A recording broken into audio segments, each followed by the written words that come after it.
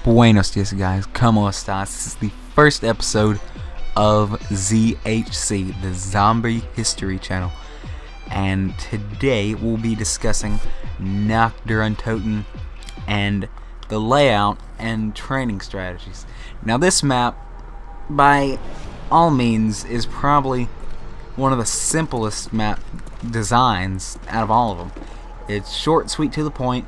One big open room, one downstairs small room, and one upstairs small room. The small rooms are really long, so you can kind of run an oval strategy in them, but it's not really recommended. I'll show you in the video some nice training spots, and I also have a little video at the top left. You can see me showing you the strategy on a mini-map.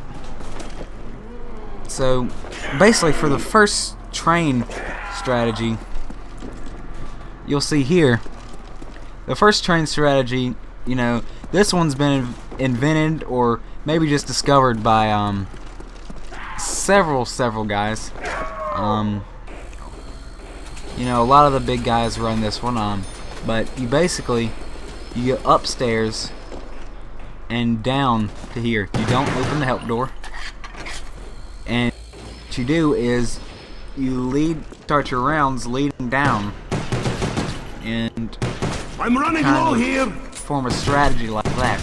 You can also go this way, because if you go this way, you might cut yourself off, and Nikolai will put their brains on the outside. It's probably better if you go like this.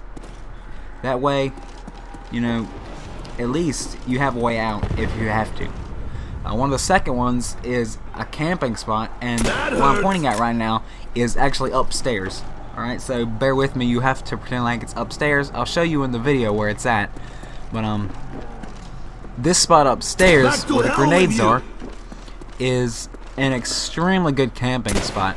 I'm sure you've seen tons of videos with, you know, people sitting there with glitches or something camping, but I'm not a glitcher.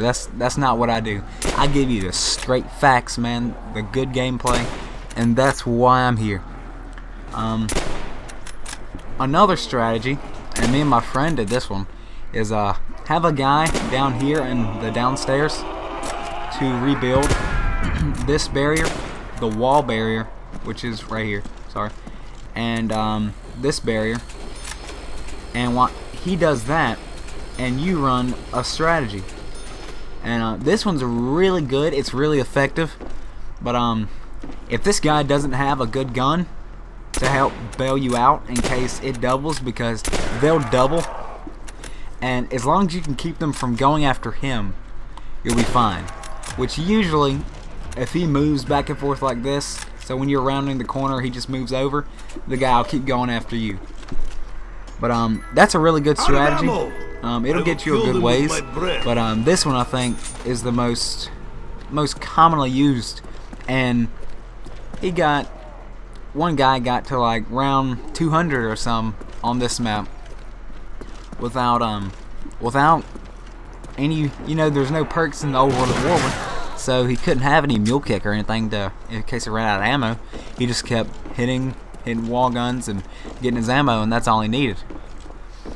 But the second thing I want to talk about is map layout. Now the map layout on this map is very straightforward.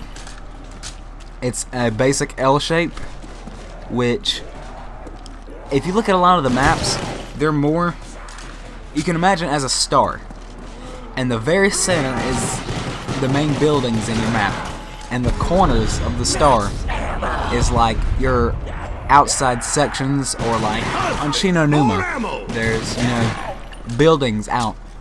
So you see where the star pattern comes in. Here this was the development map. This was the first zombie map that came out.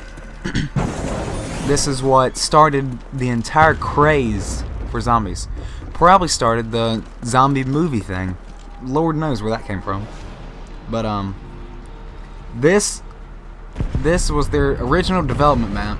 So, you know, they were thinking just to keep their efforts as little as possible without being wasted. They said, excuse me. They said, what map can we make? And in case people don't like the whole zombies idea, won't be such a big waste to our time.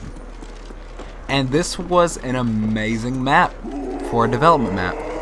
It's perfect.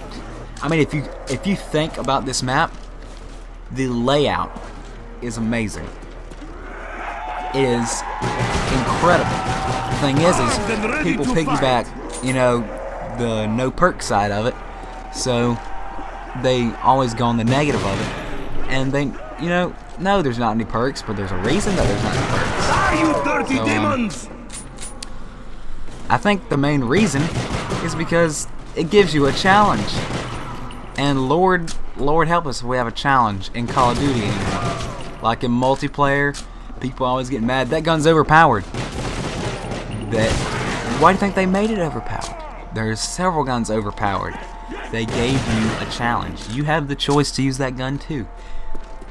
But alright, that pretty much sums it up for this week on layout and training. Like Leave in the comments below if you have any unorthodox training methods that no one's ever heard of before, or plenty of people heard of before and I've never heard of it.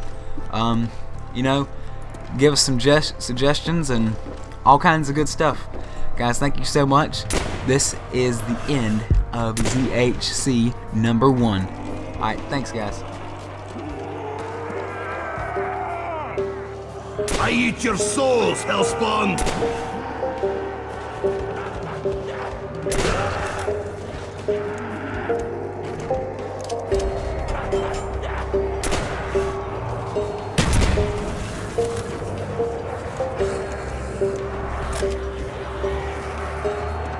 Stay off my boots, hell pig!